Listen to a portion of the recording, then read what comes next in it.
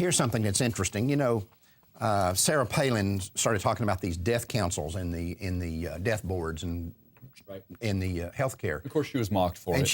She was ridiculed, and other conservatives who talked about the same thing, despite the fact that if you read the thing, it clearly was obvious that you were going to have these. Listen to this now.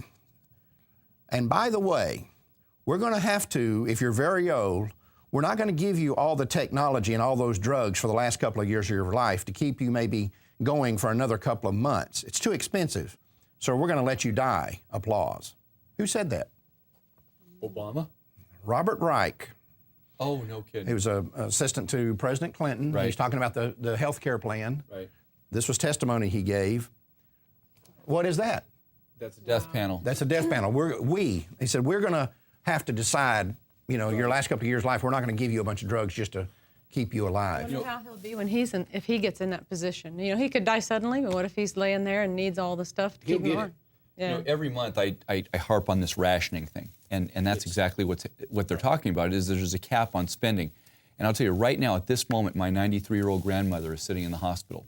3 days ago, she fell and she cracked her hip, and she needed to have a surgery just to kind of brace her hip a little bit. And she's doing well, thankfully. But I'll tell you what, under this plan, a 93-year-old woman with slight dementia would not be getting that treatment. They would, as Obama put it, just be given a pill. You know what I think it's like?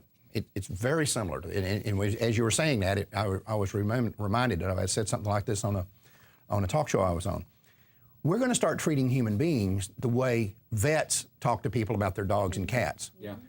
That they bring you, you've got a 12-year-old cat, and the cat's got cancer, or the cat's got this problem. Yeah, we can probably, you know, It's a lot of money. but you know, she's 12 years old. She's already had a good life. Right. Do you really want to put this money, or should we just go ahead and Obama said that himself about his own grandmother when she was getting some replacement or something. He said, "Why should we do that?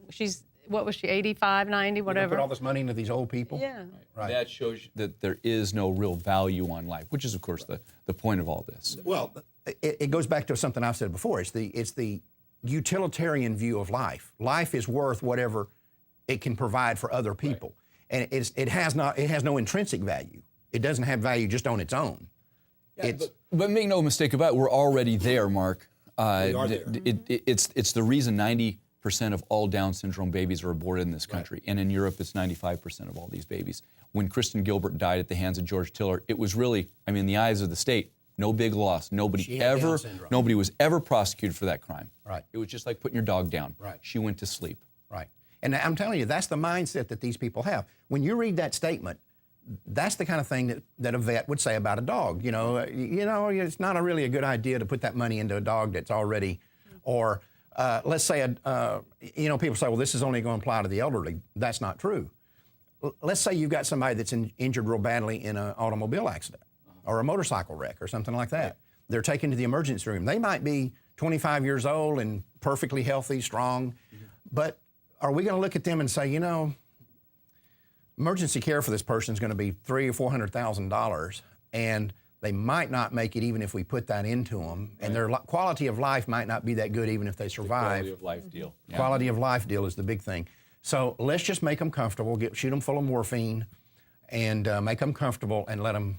Sometimes they don't even make them comfortable. Oh yeah, I know. Let's remember Terry Schiavo. Right. They deprived her of water. Right. And food we can all do without for quite a bit of time, but for 3 weeks she languished in that hospital, dehydrated to death. Right. And if you read Father Pavone's account of what happened, I mean, that's a very despicable way to go. Right.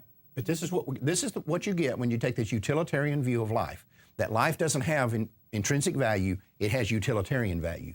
And to these kind of degenerates that we're having to fight with now over this national health care, and they're selling it as compassion. It's this bastardization of compassion, as I call it, where they bastardize the definition of compassion, so it includes euthanasia and we're just going to put grandma down and Well, George Orwell spoke about that. Oh, yeah. You know, the whole double speak idea. This is now the ministry of love, right? Which is the ministry of torture. Right.